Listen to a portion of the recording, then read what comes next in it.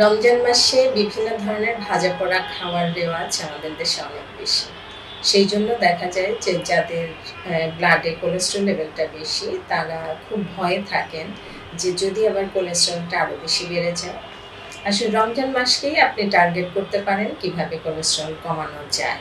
যেমন আপনি যদি লেবু বেশি খান তাহলে কিন্তু কোলেস্টেরলের জন্য সেটা ভালো। তেঁতুল যেমন ১০ গ্রাম করে তেঁতুলের পানি মেশানো বা তেঁতুল মেশানো যদি কোনো একটা শরবত আপনি তৈরি করে খান, সেখানেও আপনার কোলেস্টেরল কমবে।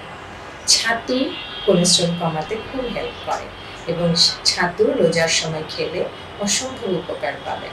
কাঁচা ছোলার উপকারী দিক অনেক বেশি এবং এই কাঁচা ছোলার মধ্যে দেখা যায় যেহেতু এটা অনেক লম্বা সময় ভেজানো থাকে, সেই জন্য এই কাঁচা ছোলাতে ভিটামিন বি পাওয়া যায় অনেক বেশি, কার্ব থাকে, প্লাস হচ্ছে এখানে শক্তির উৎসগুলি, প্লাস হচ্ছে উদ্ভিজ প্রোটিন যেটা সেটাও থাকে।